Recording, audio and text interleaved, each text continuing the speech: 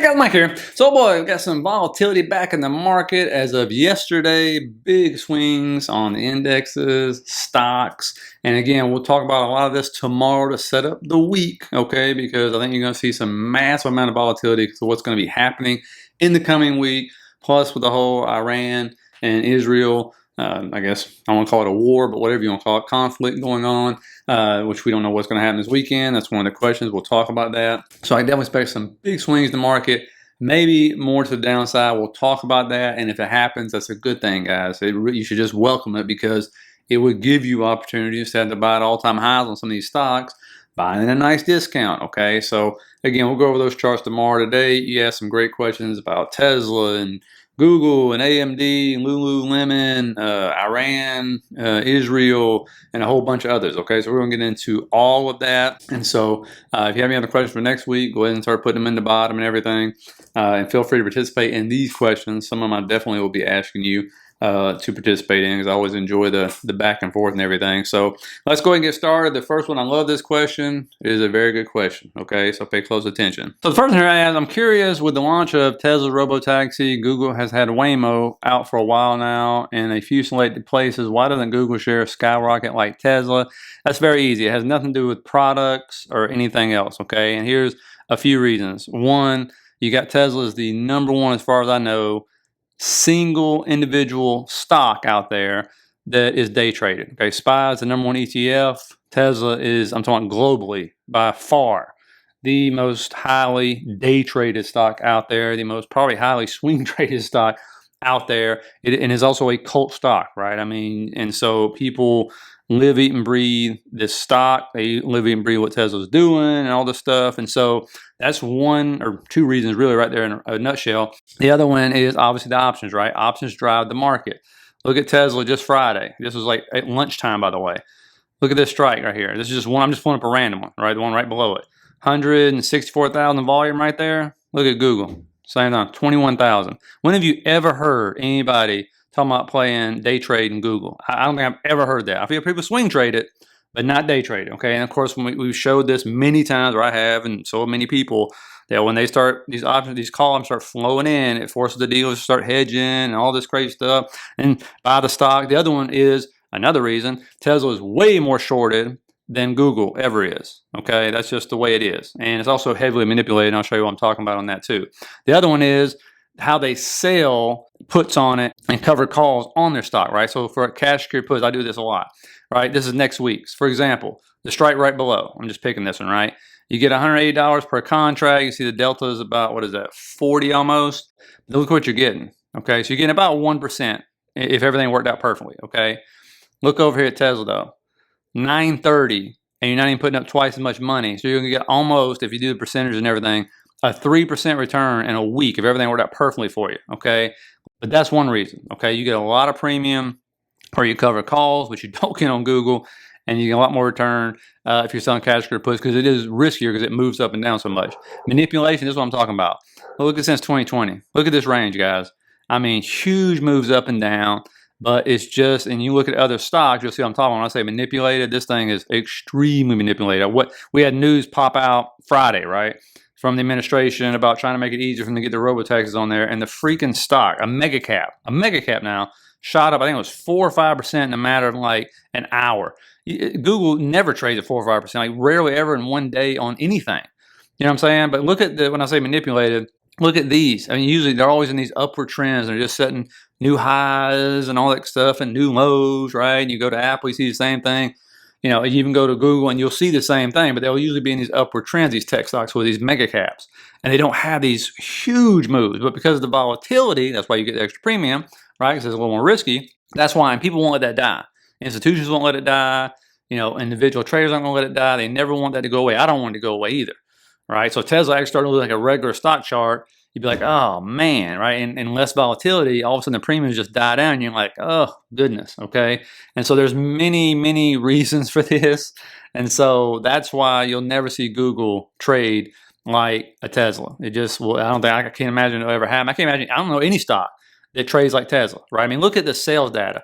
If you had the terrible sales data that's been coming out for Tesla, if that came out for Google, Google will be down so far right now. Any stock would. Okay, any stock will. But you've seen Tesla, it'll have the most horrific news come out about it, still go up 6% a day. I mean, it's mind blowing, absolutely mind blowing. Look at the last, I think it was the last earnings, I believe, or the even earnings before that was just abysmal, and the stock still went up.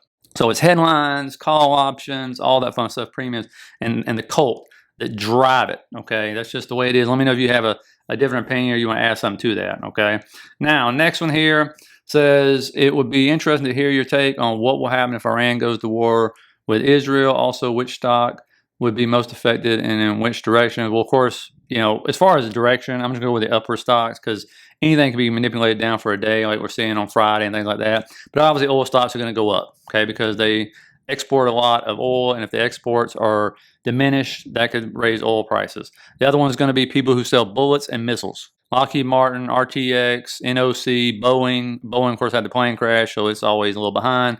The other three are like, I think, primarily defense contractors. I believe you'll see later on here, I think Lockheed Martin gets like 75% of the revenue from the U.S. government contracts and stuff like that, and then like 25% for the others. And there's oil we talked about on Thursday's video, above a 200. You see the big spike just off the news.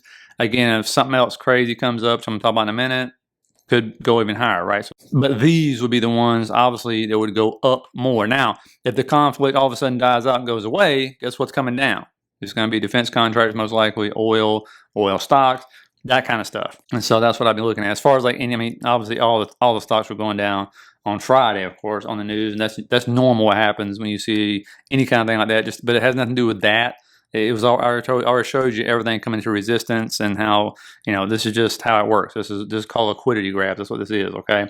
But the big thing about this one is things ramp up. The one thing that's different about this, remember, war does not bring down the stock market. It doesn't happen, okay? It does not happen. We were in 2 active wars for many years. We've been in many wars throughout the time. All right, you get your initial, oh my God, the scare tactics and everything, whatever. What makes this one a little different, okay, and I don't know, I've never seen a headline like this before as an adult, is the fact that the U.S. put out a statement yesterday saying that Israel is bombing their nuclear site, which is buried way underground, has a huge, thick, shell. I'm not a scientist, so if you are, feel free to participate in this conversation.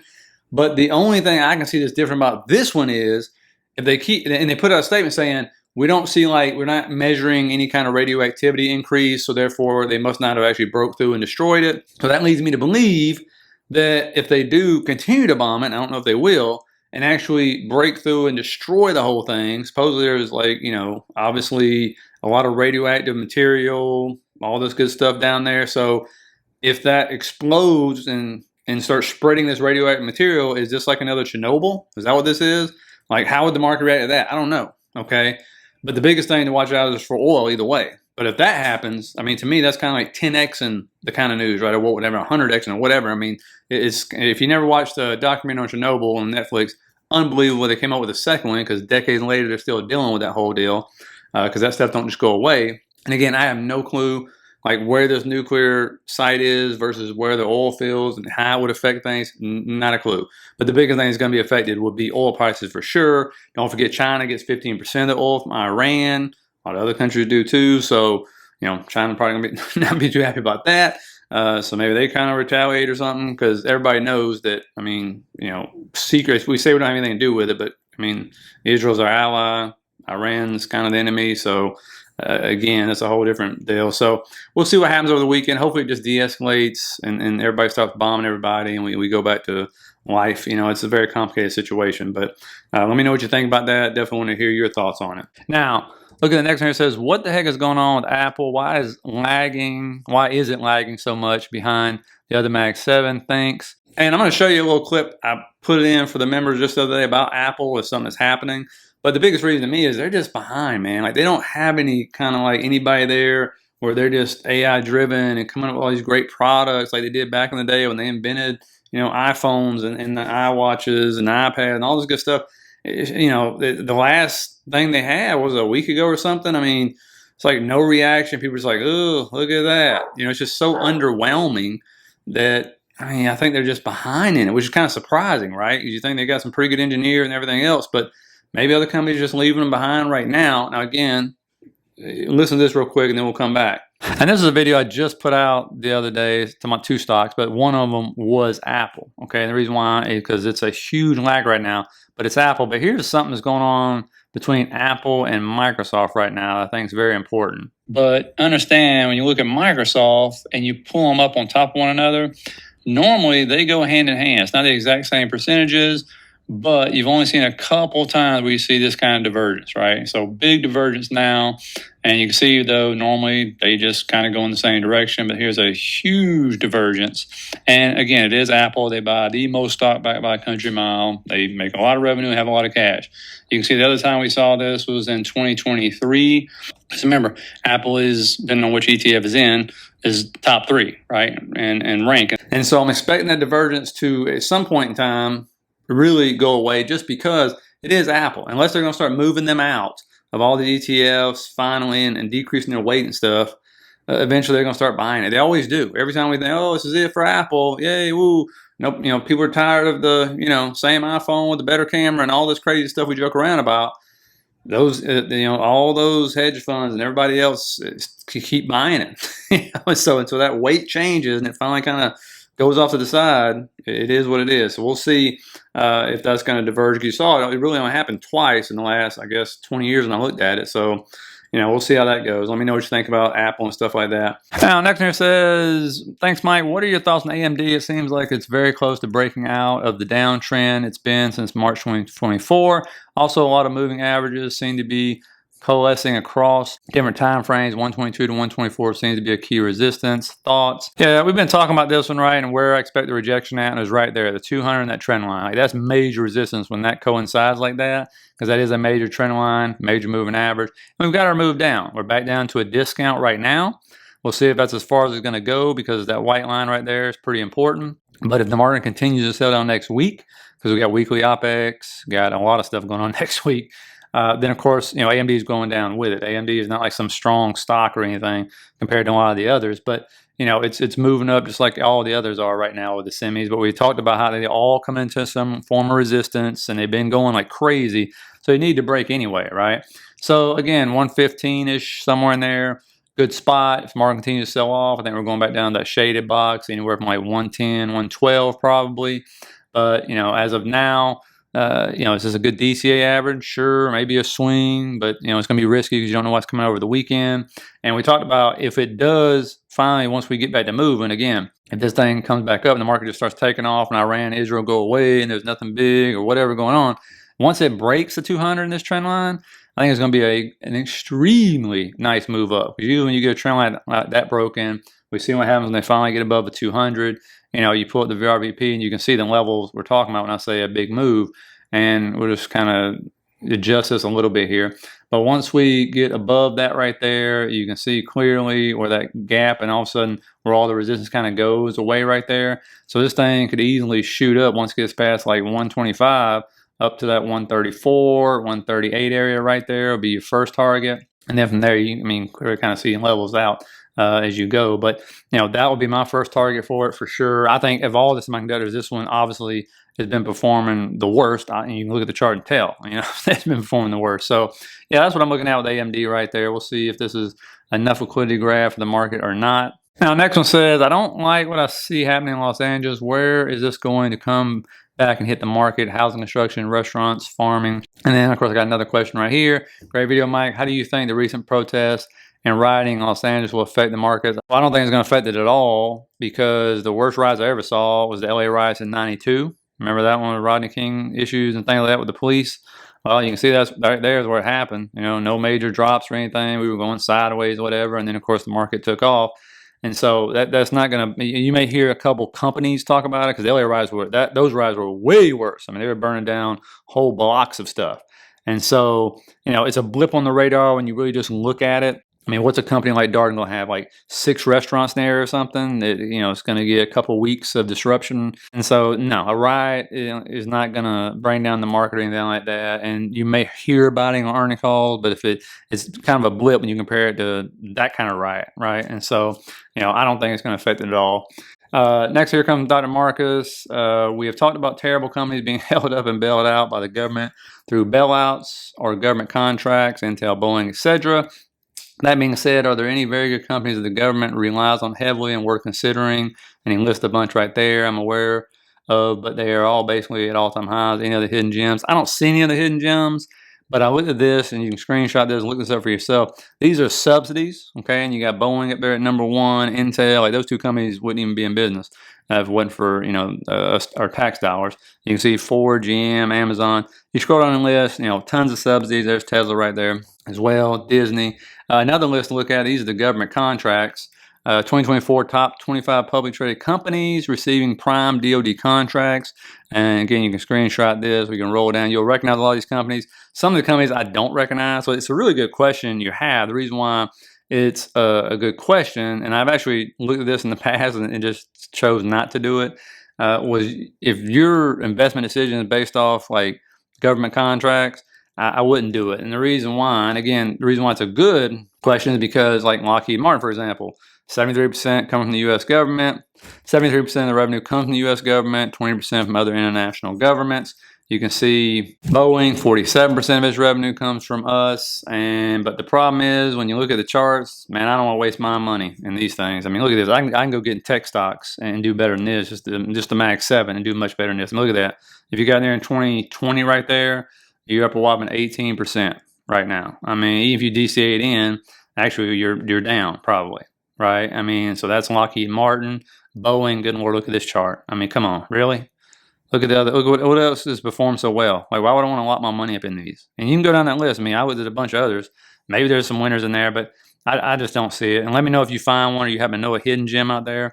I'd love to hear about it, okay? And I'll definitely cover it for you guys. So hope that helps. Next one says, missed the past few vids. So sorry if it's already been discussed, but any thoughts on the Lulu? They beat them quarterly, but lowered yearly guidance a few percent. Stock dropped 20-25%. Seemed overblown to me, but curious what the technicals are suggesting in your opinion. Yeah, this is a mess. I mean, there's another one. Lock your money up in this thing. It's like, woof. I guess women decide to stop buying over expensive or overpriced, whatever they call them, workout pants and stuff like that. Way too much for those things. Thank God my wife does not buy that stuff. But seriously, I mean, it's at a good thing here is technically it's at a level. I mean, you want to see a bounce here, right? And we look even closer. I mean, what's it doing? It's setting lower highs on a week. It's a weekly chart, by the way. So lower highs and also, though, higher lows, right? So it's kind of starting to do this wedge. And we've seen many companies sit there and come down to these areas, around those 2020 type areas, and get these bounces many different times. And so it needs to bounce in this area. Also, if it loses it, we're going probably like sub 185 right there, I believe it is. And so you can keep an eye on it. Again, do you want to put your money into it? I believe, if I'm not mistaken, it is heavily exposed to China, which, of course, now we're locking in, 50% tariffs, I believe it is. And so, again, you can look at that. I mean, I would say maybe try to hold off until you break out of this formation here, or pattern, but that's up to you, man. I mean, there's many other places you can put your money and make a big return. And this is a risky one, but hey, if you get it right, big winner, right? Now, honest question here, do these fake documented workers pay taxes? And the answer is maybe. It depends on what companies hire them, right? When I work for a publicly traded restaurant chain, yes, they pay taxes. If you get a W-2, you pay taxes. But do they have jobs just like other Americans do the same? I know some. Work underneath the table? Absolutely. So they don't pay taxes. That's just kind of the way that is. And what was happening for years was when they were actually going back to wherever they came from because they would save up money and actually go back to where they live as cheap. So they didn't even need a lot of money to buy a house or anything. They were paying FICA taxes and all these taxes and literally just going back. So they never were actually paying into Social Security, paying into Medicare, and they're never going to see it, right? That's what was happening. I don't know if that's still the case, but this wasn't that long ago. I mean, 10, 15 years ago, this was going on for years, And so, yeah, some do, some don't. It's like some American-born people. They work underneath the table. Wink, wink. It is what it is. Like servers out there who get cash. You think they claim those cash tips? Nope. So they don't pay no tax on it. That's what I remember when I was in the industry. That was before they made you claim your credit card tips or whatever it was, and you got a lot of cash tips. Those people weren't paying taxes on that. So not just them. So yes, the answer is yes and no. So, and I actually did think about something. For those who watched Thursday's video, I don't know why. It's like this light bulb came on, and I realized why the government doesn't fix our immigration system, right? Why they want these people who are working on the farms and all these other different jobs to really remain illegal and in the shadows. Because, and it's a conversation I had with my father-in-law multiple times over the years, because obviously they're farmers and they know they've been dealing with this for decades. And it's because he made this comment. He said, you know, we used to have a lot of people from Mexico as our labor. Well, we don't have them anymore. Like, none of them work on their farms anymore. We lost them. So now they have Haitians. But the reason why is because when the next generation comes along, they're born here. They're Americans. And when you are an American citizen, or you're earning your citizenship, the doors open up for you. All of a sudden, you can go to college. You can go apply for any job you want without any fear of deportation. But if you have a fear of deportation, you live in the shadows, and your opportunities in this country are very limited because you got to be careful, very careful. You can't sit there and just go apply for any job you want to apply for. Nothing like that. When they start running background checks on you, you're not going to work for no Fortune 500 companies and stuff, right? And so it's very limited. And so, but when that second generation is born here and they come up, they don't go to the fields. Once they're 18 years old, they're going to college. And that's what happened where my father lives at. All of a sudden, the kids got smart, got business degrees. They started incorporating. And so they started having their own businesses, okay? And so that, to me, and let me just think about that, it's a theory, is why they'll never fix the system. Because they need that cheap labor. They need those people to be in the shadows and be scared of being deported. That's what it is. And it's millions of people, right? So that makes more sense to me than anything else right now. And again, they like to run off of it, of course. But, you know, that's kind of a theory I was thinking about last night just from that conversation with my father-in-law. But, you know, enjoyed all the comments, by the way, on that. Enjoy reading the comments. So anyway, hope you guys got something out of it. Tomorrow will be a super busy video because we got a lot coming out for this week, especially coming up. Hope all my fathers have a great Father's Day. I know I plan on having one. Relax. Don't do anything. Just, you know, hopefully your kids get you a card and your wife does something for you if you have a spouse. So anyway, please hit that like, subscribe button on your way out. Think about signing up for the membership. Less than McDonald's combo. It's everything you get with it. And I will see you guys tomorrow.